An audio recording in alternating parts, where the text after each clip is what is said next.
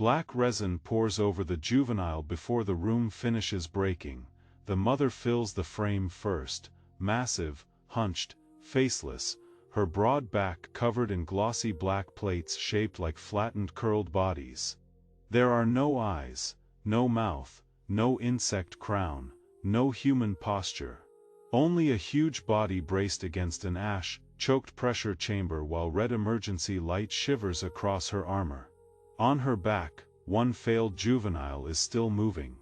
It is small, curled and unable to crawl away, its limbs press against the mother's skin as gray dust falls from the ceiling. The floor trembles, compression cracks crawl through the walls, the mother lowers a heavy fold of her body over the young, and black resin begins to pour. At first, the armor looks like shell, it reads as protection. Something grown, something hard and natural. Then one plate twitches, another plate tightens. Under the black gloss, tiny limbs are visible, sealed in resin, flattened but not dead. The armor is alive. The mother cannot grow armor, that is the rule of the species. Her body is too soft to harden itself. When collapse, pressure, or attack comes, she protects what she can by turning one of her own young into a plate. The act saves the juvenile's body, but it ends the path it would have taken. The wall behind her groans and ash falls harder. She can protect only one juvenile at a time, the others cling near the base of her back, small shapes under dust, close enough to be touched, too far to be chosen. The mother does not look at them because she has no face, but her whole body turns toward the one that failed to escape. The resin thickens. The juvenile's outline becomes clearer under the black surface, curled spine, folded limbs, small body flattened into a defensive shape. The plate has not yet joined the armor. It still trembles with its own panic. The mother arches her back, aligning the new plate between older living plates already sealed into place. The chamber shakes, a compression crack opens across the floor, and the mother's existing armor reacts before she moves. The plates twitch in sequence, their sealed limbs press outward.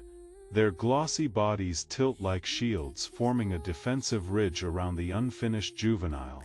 This is not a nest, it is not an ordinary shell, it is a family turned into a moving surface. The mother pushes the young deeper into the resin. The plate spreads. The juvenile's last independent movement becomes a small tremor under the black gloss.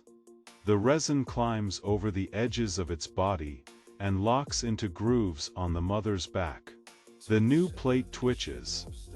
The movement is not random, it answers the falling debris above. A piece of cracked wall drops toward the mother's back, and 3 older plates lift. The new one follows late, still weak, but already part of the defensive pattern. Protection has become sacrifice. The mother did not abandon the juvenile, she saved it in the only way the species allows. But once resin hardens, the young can never crawl away, never open, never become separate. It remains alive as armor, sensing pressure, reacting to threat, defending the body that sealed it. The room compresses again, red light pulses across the ash. The mother lowers her body, covering the unsealed young beneath her side while the hardened plates align above. The new juvenile plate trembles against the resin, then stiffens. Its tiny limbs stop trying to escape and begin to push outward as armor. The mother moves, every plate on her back shifts in response. Some are old and nearly still, some twitch sharply, some pulse under the resin as if remembering motion. The new one is brightest, wettest, and most visible. It lies near the center of her back, curled shape locked under black gloss. A crack splits the far wall. The mother turns her faceless front toward the falling dust. She has no roar and no expression.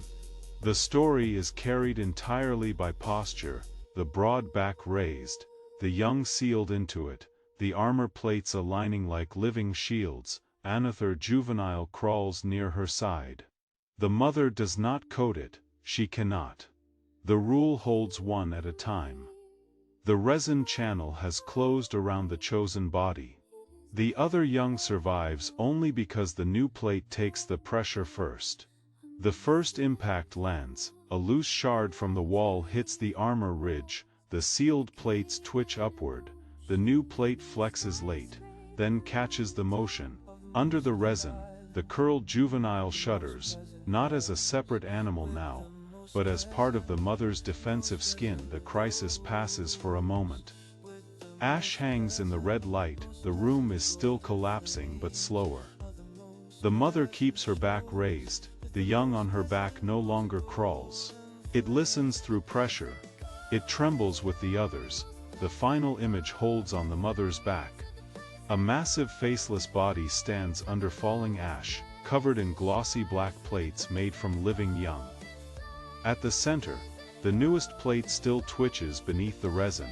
The curled juvenile is visible, saved from the falling room and sealed away from every future it might have had.